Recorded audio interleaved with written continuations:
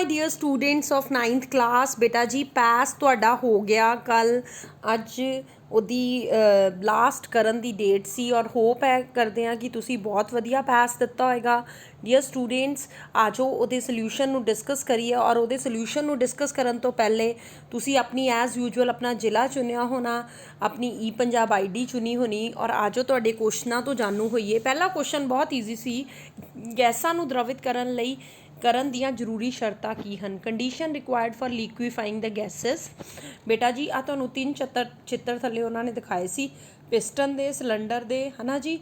ਔਰ ਤੁਸੀਂ ਦੇਖਿਆ ਸੀ ਕਿ ਪਿਸਟਨ ਨੀਚੇ ਜਾ ਰਹੀ ਹੈ, ਨੀਚੇ ਜਾਈ ਜਾ ਰਹੀ ਹੈ ਔਰ ਇਹ ਵਾਲਾ ਜਿਹੜਾ ਸਾਈਜ਼ ਹੈ, ਇਹ ਜਿਹੜਾ ਸਾਈਜ਼ ਹੈ ਉਹ ਡਿਕਰੀਜ਼ ਜਾਂ ਇਨਕਰੀਜ਼ ਹੋਈ ਜਾ ਰਿਹਾ ਆ ਵਾਲਾ ਸਾਈਜ਼। ਠੀਕ ਹੈ ਜੀ ਡੀਅਰ ਸਟੂਡੈਂਟਸ, ਤਾਂ ਤੁਸੀਂ ਆਪਣਾ ਸਹੀ ਆਪਸ਼ਨ ਦੇਖਣਾ ਸੀ। ਜੇ ਆਪਾਂ ਆਪਣਾ ਸਹੀ ਆਪਸ਼ਨ ਦੇਖੀਏ ਤਾਂ ਤੁਹਾਨੂੰ ਇਹ ਪਤਾ ਹੈ ਡੀਅਰ ਸਟੂਡੈਂਟਸ ਕਿ ਜਿਹੜਾ ਗੈਸ ਹੈ ਜਦੋਂ ਤੁਸੀਂ ਉਹਨੂੰ ਕੀ ਕਰਦੇ ਹੋ ਜੀ, ਕੀ ਲਾ ਰਹੇ ਹੋ ਤੁਸੀਂ ਉੱਤੇ, ਕੀ ਲਾ ਰਹੇ ਹੋ ਤੁਸੀਂ ਉੱਤੇ, ਪ੍ਰੈਸ਼ਰ ਲਾ ਰਹੇ ਹੋ।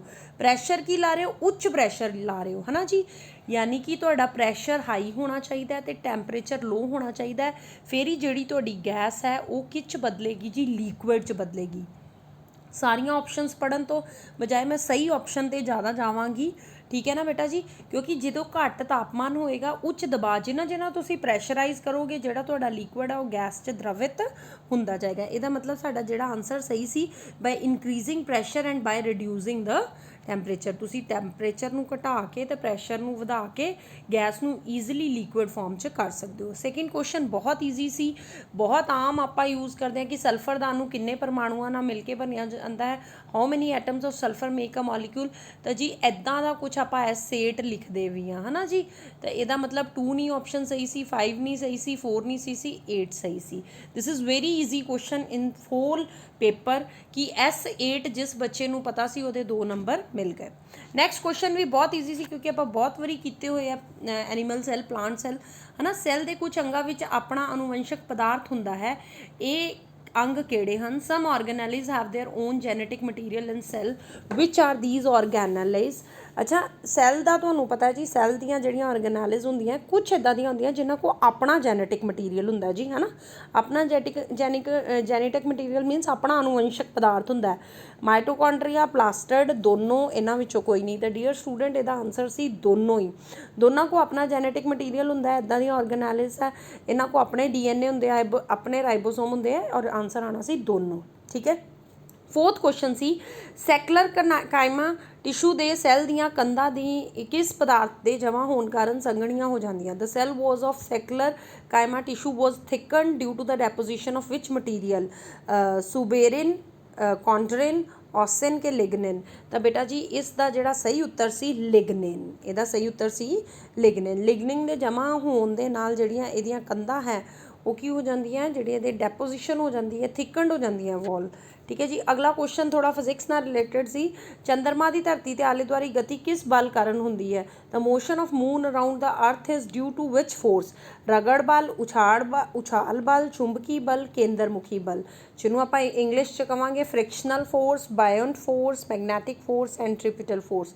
ਤਾਂ ਬੇਟਾ ਜੀ ਇਸ ਦਾ ਸਹੀ ਉੱਤਰ ਸੀ ਸੈਂਟਰੀਪੀਟਲ ਫੋਰਸ। ਤੁਹਾਨੂੰ ਵੀ ਪਤਾ ਹੈ ਕਿ ਜਿਹੜਾ ਮੂਨ ਸਾਡੇ ਧਰਤੀ ਦੇ ਆਲੇ ਦੁਆਲੇ ਘੁੰਮ ਰਿਹਾ, that is just because of the centripetal force.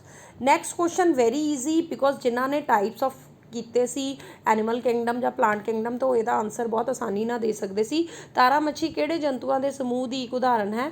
Starfish is an example of which group of animals. Group ਦੱਸਣਾ ਸੀ ਆਪਾਂ, ਆਰਥੋਪੋਡਾ, ਐਨੇਲਿਡਾ, ਮੋਲਸਕਾ ਕੇ ਇਕਨਾਇਓਡਰਮੇਟਾ। ਤਾਂ ਬੇਟਾ ਜੀ ਇਹਦਾ ਆਨਸਰ ਤੁਹਾਨੂੰ ਸਾਰਿਆਂ ਨੂੰ ਪਤਾ ਹੈ ਜੀ, ਇਹਦਾ ਆਨਸਰ ਸੀਗਾ ਸਹੀ ਇਕਨਾਇਓਡਰਮੇਟਾ। ਅਤੇ ਦੂਜੀ ਮੇਰੀ ਇੱਕ ਗੱਲ ਸੁਣੋ ਜੀ, ਇਹ ਬੇਸਿਕਲੀ ਆਪਾਂ ਇਹ ਹੁੰਦੇ ਨੇ ਕਿ ਜਿਹਦੇ ਵਿੱਚ ਇੱਕ ਆਮ ਸਰਾਊਂਡ ਕਰ ਦਿੰਦੀਆਂ, ਇੱਕ ਇੰਡਿਸਟਿੰਕਟ ਸੈਂਟਰਲ ਡਿਸਕ ਹੁੰਦੀ ਹੈ ਉਹਦੇ ਆਲੇ ਦੁਆਲੇ। ਠੀਕ ਹੈ ਜੀ। 7th ਕੁਐਸਚਨ ਦੀ ਗੱਲ ਕਰਦੇ ਹਾਂ। ਹੇਠ ਲਿਖਿਆਂ ਵਿੱਚੋਂ ਕਿਹੜਾ ਟਿੰਡਲ ਪ੍ਰਭਾਵ ਨਹੀਂ ਦਿਖਾਉਂਦਾ। ਉਹ ਉਸ ਬੱਚੇ ਨੇ ਆਨਸਰ ਬਹੁਤ ਆਸਾਨੀ ਨਾਲ ਲਿਖ ਲੈਣਾ ਸੀ ਜਿਹਨੂੰ ਸੋਲਿਊਸ਼ਨ ਅਤੇ ਕੋਲਾਈਡਸ 'ਚ ਡਿਫਰੈਂਸ ਪਤਾ ਹੈ। ਠੀਕ ਹੈ ਜੀ। Which of the following show the Tyndall effect. Milk, copper sulphate. Solution ਨਾਲ ਦੇਖੋ ਜੀ ਉਹਨਾਂ ਨੇ ਸੋਲਿਊਸ਼ਨ ਲਿਖਤਾ, ਨਾਲ ਸਾਲਟ। ਸੋਲਿਊਸ਼ਨ ਉਪਰੋਕਤ ਵਿੱਚੋਂ ਕੋਈ ਵੀ ਨਹੀਂ। ਤਾਂ ਮੇਰੇ ਪਿਆਰੇ ਪਿਆਰੇ ਬੱਚਿਓ ਇੱਕ ਗੱਲ ਮੈਨੂੰ ਦੱਸੋ ਕਿ ਦੁੱਧ ਕੀ ਹੈ। ਦੁੱਧ ਹੈ ਜੀ ਕੋਲਾਈਡ, ਹੈ ਨਾ ਜੀ।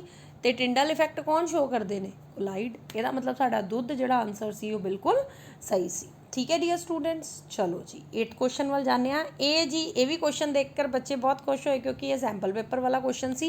हेठ लिखिया विचों केड़ा बहु परमाणवी आयन की उदाहरण है।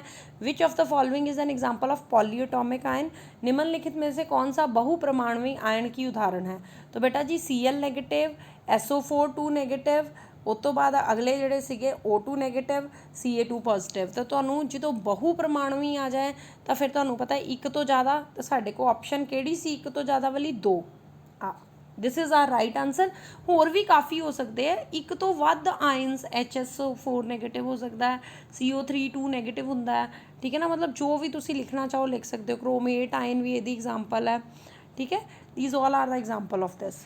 चलो जी अगला करते हैं आप। पेपर ईजी सी बेटा जी, थोड़ा जिहा दिमाग लाना पैना सी बस।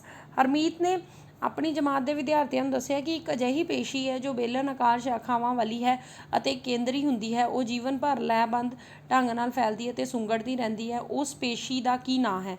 Harmeet told her classmates that there is a muscle that is cylindrical, branched and uninucleate. It show rhythmic extension and contraction throughout its life. What is the name of that muscle. बेटा जी rhythmic जो इतने आप extension तो contraction कहता तो तुहानू एक चीज़ की तो दिमाग च आ ही गया होना कि जी इदा का कुछ है, इदा का साढ़े कुछ है। ठीक है जी, देखो मतलब एक तो muscle that is cylindrical, branched तो यूनीन्यूक्लेट। ठीक है जी, एक की सी धारीदार ये पेशी नहीं जी, धारी रहित पेशी हाँ नहीं जी। उपस्थिति ਜਾਂ ਕਾਰਟਿਲੇਜ ਦਿਲ ਪੇਸ਼ੀ। ਤਾਂ ਤੁਹਾਨੂੰ ਪਤਾ ਹੈ ਕਾਰਡਿਕ ਮਸਲ ਜਿਹੜੀ ਦਿਲ ਦੀ ਮਾਸਪੇਸ਼ੀ ਹੁੰਦੀ ਆ ਉਹ ਕੰਟਰੈਕਟ ਤੇ ਜਿਹੜਾ ਹੈ ਰਿਲੈਕਸ ਕਰਦੀ ਰਹਿੰਦੀ ਹੈ, ਇਸ ਲਈ ਸਾਡਾ ਸੀ ਆਪਸ਼ਨ ਸਹੀ ਸੀ। ਚਲੋ ਡੀਅਰ ਸਟੂਡੈਂਟ 10th ਦੀ ਗੱਲ ਕਰਦੇ ਹਾਂ ਕੁਐਸਚਨ ਦੀ। ਕਿਹੜੇ ਜੀਵ ਦਾ ਨਾਭਿਕ ਨਹੀਂ ਹੁੰਦਾ। ਕਿਹੜੇ ਜੀਵ ਦਾ ਨਾਭਿਕ ਨਹੀਂ ਹੁੰਦਾ ਜੀ। ਆਰਗੈਨਿਜ਼ਮ ਡੂ ਨਾਟ ਪੋਸੈਸ ਨਿਊਕਲੀਅਸ। ਜੀਵਾਣੂ, ਜੰਤੂ ਤੁਹਾਡਾ ਹੁੰਦਾ ਜੰਤੂ ਐਨੀਮਲ। ਠੀਕ ਹੈ, ਪ੍ਰੋਸਥਿਤਿਆ ਪੌਦੇ। ਤਾਂ ਬੇਟਾ ਜੀ ਬੈਕਟੀਰੀਆ ਜਿਹੜਾ ਜੀਵਾਣੂ ਹੁੰਦਾ ਜੀ ਨਾ ਉਹਦਾ ਜਿਹੜਾ ਹੈ ਉਹਦਾ ਜਿਹੜਾ ਨਾਭਿਕ ਨਹੀਂ ਹੁੰਦਾ। ਠੀਕ ਹੈ ਜੀ। 11th ਕੁਐਸਚਨ ਸੀ ਨਿਊਟਨ ਦੇ ਤੀਜੇ ਗਤੀ ਨਿਯਮ ਅਨੁਸਾਰ ਜਦੋਂ ਦੋ ਵਸਤੂਆਂ ਆਪਸੀ ਸੰਪਰਕ ਵਿੱਚ ਆਉਂਦੀਆਂ ਹਨ ਤਾਂ ਦੋ ਬਲ ਕਿਰਿਆ ਅਤੇ ਪ੍ਰਤੀਕਿਰਿਆ ਲੱਗਦੇ ਹਨ। ਇਹ ਦੋਨੋਂ ਬਲ that is Newton's third law of motion explain the two forces, namely action and reaction coming into action when these two bodies are in the contact with each other. These two forces are Newton के तृतीय गति नियम अनुसार जब दो वस्तुएं आपसी संपर्क में आती है तो दो बल अर्थात क्रिया और प्रतिक्रिया लगती है। बेटा जी एक ही वस्तु ते क्रिया करते हैं, always act on the same body. दो ਅੱਡ-ਅੱਡ वस्तुओं के विपरीत दिशावां में क्रिया करते हैं, उन्हों का परिमाप और दिशा इक्को जी होंगी है। कोई भी एक वस्तु के लंब ते क्रिया करते हैं नहीं जी बेटा जी, वो दो ਅੱਡ-ਅੱਡ वस्तुओं के विपरीत दिशावां में काम करते हैं। चलो जी 12th क्वेश्चन की गल करते हैं। एक लड़का पत्थर नूं रस्सी नाल बन के चक्राकार पथ विच जिस तरह चित्र विच विखाया गया है घुमा रहा सी। जेकर रस्सी पत्थर नालों टुट जाए तो पत्थर जे जी मान लो रस्सी टुट गई पत्थर तो की होएगा। A boy is whirling a stone tied with a string in a horizontal circular path as shown in the following figure. If the string breaks then the stone is, देखो जी हुण तुहाडा स्ट्रिंग ब्रेक हुई तो stone किद्दां move करेगा। सरल रेखा ते चक्राकार पथ विच गतिशील रहेगा, will move along a straight line towards the center of circular path। सरल रेखा विच चक्राकार पथ दी स्पर्श रेखा विच गतिशील रहेगा। टेंजेंशनल टू द सर्कुलर पाथ, सीधा गति करता हुआ चक्राकार पथ विच लंब रूप विच लड़के तो दूर डिगेगा, चक्राकार पथ विच गति करता रहेगा। तो बेटा जी सरल रेखा विच चक्राकार पथी दी पथ के स्पर्श विच गतिशील रहेगा, यानी बेसिकली इट विल मूव। किद्दां मूव करेगा जो स्ट्रिंग टुट जाए, will move along straight line tangential to the circular path. ठीक है, चलो जी नैक्सट क्वेश्चन करते हैं। रोहनप्रीत के छोटे भरा नूं पार्क विच खेडदे होए सੱਟ लग गई। ये बेटा जी 7th का क्वेश्चन है। उसके मित्र उसनूं घर छड्ड आए। रोहनप्रीत ने उसके जख्म नूं साफ किया, दवाई लगाई और पट्टी बन दी।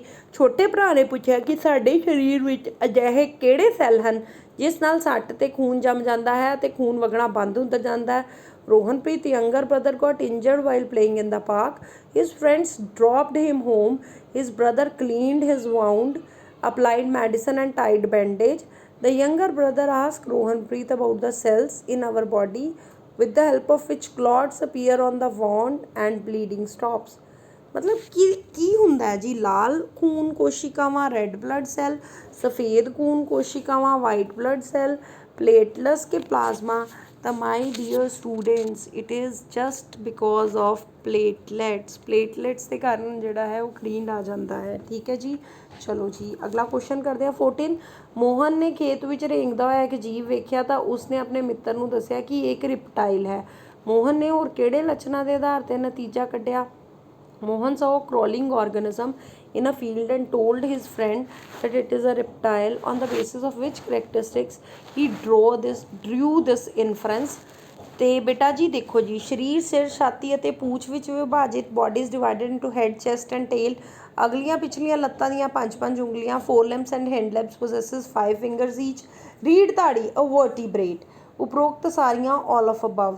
ਤਾਂ ਬੇਟਾ ਜੀ ਉਹਨੇ ਜਜਮੈਂਟ ਕੀਤੀ, ਜਦੋਂ ਉਹਨੇ ਸਾਰੀਆਂ ਪੜ੍ਹੀਆਂ ਤੇ ਇਹਦਾ ਆਨਸਰ ਕੀ ਆਏਗਾ ਜੀ? ਉਪਰੋਕਤ ਸਾਰੀਆਂ ਯਾਨੀ all of above। ਠੀਕ ਹੈ ਜੀ।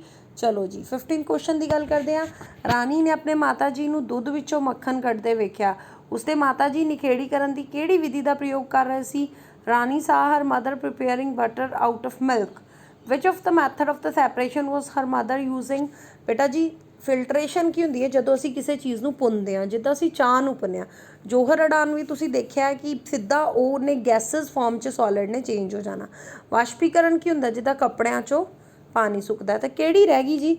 ਸੈਂਟਰੀਫਿਊਗੇਸ਼ਨ, ਉਪਕੇਂਦਰੀਕਰਨ ਦੇ ਅੰਡਰ ਕੀ ਹੁੰਦਾ ਜੀ? ਜਦੋਂ ਉਹ ਰੜਕਦੇ ਹੈ ਤਾਂ ਉਹ ਦੁੱਧ ਵਿੱਚੋਂ ਕੀ ਹੋ ਜਾਂਦਾ ਜੀ? ਮੱਖਣ ਜਿਹੜਾ ਹੈ ਨਿਕਲ ਜਾਂਦਾ ਹੈ। ਅਗਲੇ ਕੁਐਸਚਨ 'ਚ ਬੱਚੇ ਬੜੇ ਕਨਫਿਊਜ਼ ਇਸ ਲਈ ਹੋਏ ਕਿਉਂਕਿ ਇੱਕ ਵਰਡ 'ਤੇ ਉਹ ਅੜ ਗਏ। ਅਧਿਆਪਕ ਨੇ ਰੋਹਨ ਨੂੰ, ਕਿਉਂਕਿ ਬੇਟਾ ਜੀ ਜਿਹੜਾ ਸੈਂਪਲ ਪੇਪਰ 'ਚ ਕੁਐਸਚਨ ਸੀ ਨਾ, ਉਹ 'ਤੇ ਨਾਈਟ੍ਰੋਜਨ ਗੈਸ ਮਤਲਬ ਮੈਂਸ਼ਨ ਨਹੀਂ ਸੀਗਾ, ਅਤੇ ਉਹ ਆਪਾਂ ਸਿੰਪਲ ਨਾ ਕੱਢਿਆ ਸੀ, ਪਰ ਇਹ ਥੋੜ੍ਹਾ ਜਿਹਾ ਉਹਨਾਂ ਨੇ ਕੌਨਫਲਿਕਟਿੰਗ ਜਿਹਾ ਪਾਤਾ। ਆਪਾਂ ਗੱਲ ਕਰਦੇ ਹਾਂ ਕਿੱਦਾਂ ਜੀ।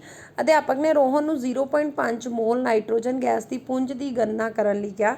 ਇਸ ਦਾ ਸਹੀ ਉੱਤਰ ਦੱਸੋ। The teacher ask Rohan to tell the mass of 0.5 moles of nitrogen. ਬੇਟਾ ਜੀ ਦੇਖੋ 0.4 ਤੁਹਾਨੂੰ ਨਾਈਟ੍ਰੋਜਨ ਕਹੇ ਹੈ। ਨਾਈਟ੍ਰੋਜਨ ਦਾ ਵੈਸੇ ਜੇ ਆਪਾਂ ਦੇਖੀਏ ਐਟੋਮਿਕ ਮਾਸ ਹੁੰਦਾ 14, ਪਰ ਇੱਥੇ ਕੀ ਹੈ ਜੀ? ਗੈਸ N2, ਉਹਦਾ ਕੀ ਹੋਏਗਾ ਜੀ? 28। 0.5 ਨੂੰ ਜਦੋਂ ਆਪਾਂ 28 ਨਾਲ ਗੁਣਾ ਕਰਾਂਗੇ, ਦੈਟ ਇਜ਼ 5/10 ਇੰਟੂ 28, 1 2, ਔਰ ਇੱਥੇ ਕੀ ਆਨਸਰ ਆ ਜਾਏਗਾ? 14 ਗ੍ਰਾਮ। ਬੱਚੇ ਕਹਿਣ ਮੈਡਮ ਆਪਸ਼ਨ ਹੀ ਨਹੀਂ ਹੈ। ਮੈਂ ਕਿਹਾ ਇਟ ਇਜ਼ ਨਾਟ ਪੋਸੀਬਲ। ਠੀਕ ਹੈ ਨਾ। 0.5 into 28 that is basically 14 gram. 17th question ਵੀ ਬਹੁਤ ਈਜ਼ੀ ਸੀ। ਇੱਕ ਸਿੰਪਲ ਜਿਹਾ 0.1 ਨੂੰ ਮਲਟੀਪਲਾਈ ਕਰਨਾ ਸੀ। ਕਹਿੰਦਾ ਜੀ ਕਾਰਬਨ ਦੇ 0.1 ਮੋਲ ਪਰਮਾਣੂ ਕਣਾਂ ਦੀ ਸੰਖਿਆ ਕਿੰਨੀ ਹੋਵੇਗੀ? 0.1 ਨੂੰ ਜੀ ਤੁਸੀਂ ਐਵੋਕੈਡਰੋ ਨੰਬਰ ਦੇ ਨਾਲ ਮਲਟੀਪਲਾਈ ਕਰ ਦੇਣਾ ਸੀ, ਅਤੇ ਆਨਸਰ ਕਿੰਨਾ ਆ ਜਾਣਾ ਸੀ ਤੁਹਾਡਾ? 0.622 ਇੰਟੂ 10⁻²2। ਠੀਕ ਹੈ ਜੀ। 18th ਕੁਐਸਚਨ ਨੂਮੈਰੀਕਲ ਸੀ, ਵੈਰੀ ਈਜ਼ੀ ਨੂਮੈਰੀਕਲ। ਸਿਰਫ ਗ੍ਰਾਫ ਤੋਂ ਆਪਾਂ ਜਜਮੈਂਟ ਕਰਨੀ ਸੀ। ਇੱਕ ਕਾਰ ਦਾ ਚਾਲ ਸਮਾਂ ਗ੍ਰਾਫ ਤੁਹਾਨੂੰ ਦਿੱਤਾ ਸੀ। ਗ੍ਰਾਫ ਦੇ ਦਿੱਤੇ ਡਾਟਾ ਅਨੁਸਾਰ ਪਤਾ ਕਰੋ ਕਿ ਕਾਰ ਨੇ ਕੁੱਲ ਕਿੰਨੀ ਦੂਰੀ ਤੈਅ ਕੀਤੀ। ਬੇਟਾ ਜੀ ਆਪਾਂ ਡਿਸਟੈਂਸ ਤੈਅ ਕਰਨਾ ਸੀ। ਇਹ ਗੱਲ ਤੁਸੀਂ ਜਿਹੜੀ ਹੈ ਉਹਨੂੰ ਯਾਦ ਕਰਨਾ ਸੀ। ਜਿਹੜਾ ਮਰਜ਼ੀ ਤੁਸੀਂ ਫਾਰਮੂਲਾ ਲਾ ਸਕਦੇ ਸੀ ਜੇ ਤੁਸੀਂ ਡਿਸਟੈਂਸ ਤੈਅ ਕਰਨਾ ਹੈ ਨਾ, ਮਤਲਬ v² - u² 2as ਨਾਲ ਅਸੀਂ ਡਿਸਟੈਂਸ ਫਾਈਂਡ ਕਰ ਸਕਦੇ ਹਾਂ। ਪਰ ਬੇਟਾ ਜੀ ਉਹਦੇ ਲਈ ਸਾਨੂੰ ਐਕਸੀਲੇਸ਼ਨ ਪਤਾ ਹੋਣੀ ਚਾਹੀਦੀ ਸੀ। ਤਾਂ ਐਕਸੀਲੇਸ਼ਨ ਤੁਸੀਂ ਕਿੱਦਾਂ ਫਾਈਂਡ ਕਰੋਗੇ? ਤੁਹਾਨੂੰ ਪਤਾ ਹੈ ਜੀ ਫਾਰਮੂਲਾ v = u + at। ਠੀਕ ਹੈ ਜੀ। ਹੁਣ ਤੁਸੀਂ u ਕੱਢਣੀ ਇਨੀਸ਼ੀਅਲ u ਹੈਗੀ ਜੀ 5। ਠੀਕ ਹੈ। ਅਤੇ ਤੁਹਾਡੀ ਫਾਈਨਲ ਵੈਲੋਸਿਟੀ ਕਿੰਨੀ ਆ? ਦੇਖ ਰਹੇ ਹੋ ਗ੍ਰਾਫ ਤੋਂ, ਦੇਖ ਰਹੇ ਹੋ ਆ 30 ਹੈ ਜੀ, ਅਤੇ ਆ ਇਨੀਸ਼ੀਅਲ ਕਿੰਨੀ ਹੈ ਤੁਹਾਡੀ? 5। ਠੀਕ ਹੈ ਜੀ। ਪਲੱਸ a ਤੁਸੀਂ ਕੱਢਣਾ ਟਾਈਮ ਕਿੰਨਾ ਜੀ? 50 ਹੈ ਨਾ। ਟਾਈਮ ਕਿੰਨਾ ਤੁਹਾਡਾ ਜੀ? 50। ਠੀਕ ਹੈ। ਟਾਈਮ ਕਿੰਨਾ? 50। ਠੀਕ ਹੈ ਜੀ। ਹੁਣ ਇਹ ਹੋ ਗਿਆ 30 - 5 25, ਅਤੇ ਇੱਧਰ ਹੋ ਗਿਆ ਜੀ 50, ਇੱਧਰ ਰਹਿ ਗਿਆ ਤੁਹਾਡਾ ਇਹ ਆ ਗਿਆ 1/2। ਠੀਕ ਹੈ, m/s²। ਹੁਣ ਇਹ ਅਸੀਂ ਕੱਢ ਲਿਆ। ਹੁਣ ਸਾਡਾ ਮਕਸਦ ਹੈ ਡਿਸਟੈਂਸ ਕੱਢਣਾ ਹੈ ਨਾ। ਹੁਣ ਡਿਸਟੈਂਸ ਲਈ ਆਪਾਂ ਕਿਹੜਾ ਫਾਰਮੂਲਾ ਲਾਵਾਂਗੇ? ਡਿਸਟੈਂਸ ਲਈ ਆਪਾਂ ਫਾਰਮੂਲਾ ਲਾਵਾਂਗੇ v² - u² = 2as। ਠੀਕ ਹੈ ਜੀ। v² ਕਿੰਨਾ ਸਾਡਾ? 30 ਦਾ ਸਕੁਅਰ 900, 5 ਦਾ ਸਕੁਅਰ 25 = 2। ਇਹ ਆਪਾਂ ਕੱਢ ਲਿਆ ਹਾਫ ਹੈ ਨਾ। ਐਸ ਆਪਾਂ ਕੱਢਣਾ, ਅਤੇ ਕੱਢ ਲਓ ਜੀ। ਇਹ ਆ ਗਿਆ ਜੀ ਤੁਹਾਡਾ 875, ਯਾਨੀ ਸਾਡੀ ਕਿਹੜੀ ਆਪਸ਼ਨ ਸਹੀ ਸੀ? ਬੀ। ਮਤਲਬ ਜਿਹੜੇ ਬੱਚੇ ਨੂੰ ਆਹ ਫਾਰਮੂਲੇ ਆਉਂਦੇ ਨੇ ਉਹ ਆਸਾਨੀ ਨਾਲ ਕੋਈ ਵੀ ਨੂਮੈਰੀਕਲ ਨੂੰ ਸੋਲਵ कर पाएगा। चलो जी 19th क्वेश्चन सी, जदों एक कॉर्क नूं पानी की सतह ते रखिया जाता है तो वह उस उपर लग रहे उछाल बल के कारण तैरना शुरू कर देती है। जेकर कारक दे बल लगा के उसनूं पानी के अंदर धकेलिया जाए तो उस उपर लग रहा उछाल बल, when a piece of cork is placed in the water it starts floating on the surface of water due to the upward buoyant force from the water. If the cork is pushed more inside the water by applying the force then the buoyant forces, बेटा जी ਤੁਹਾਨੂੰ ਇਹ ਪਤਾ ਕਿ ਬੋਇੰਟ force ਹੈ ਕਿ ਜਿੰਨੀ ਜ਼ਿਆਦਾ ਧਕੇਲੋਗੇ ਤਾਂ ਕੀ ਲੱਗੇਗਾ ਹੈ ਨਾ। ਇਹਦਾ ਆਪਸ਼ਨਸ ਉਹਨਾਂ ਨੇ ਦਿੱਤੇ ਸੀ, ਵੱਧ ਜਾਵੇਗਾ ਕਿਉਂਕਿ ਕਾਰਕ ਨੂੰ ਪਾਣੀ ਦੇ ਅੰਦਰ ਧਕੇਲਿਆ ਗਿਆ ਹੈ, ਵਿਲ ਇਨਕਰੀਜ਼ ਐਜ਼ ਦਾ ਕਾਰਕ ਇਜ਼ ਇਮਰਸਡ ਇਨਟੂ ਦ ਵਾਟਰ, ਘੱਟ ਹੋ ਜਾਵੇਗਾ ਕਿਉਂਕਿ ਕਾਰਕ ਨੂੰ ਪਾਣੀ ਦੇ ਅੰਦਰ ਧਕੇਲਿਆ ਗਿਆ, ਪਹਿਲਾਂ ਵੱਧ ਜਾਵੇਗਾ ਤੇ ਬਾਅਦ ਵਿੱਚ ਘੱਟ ਜਾਵੇਗਾ।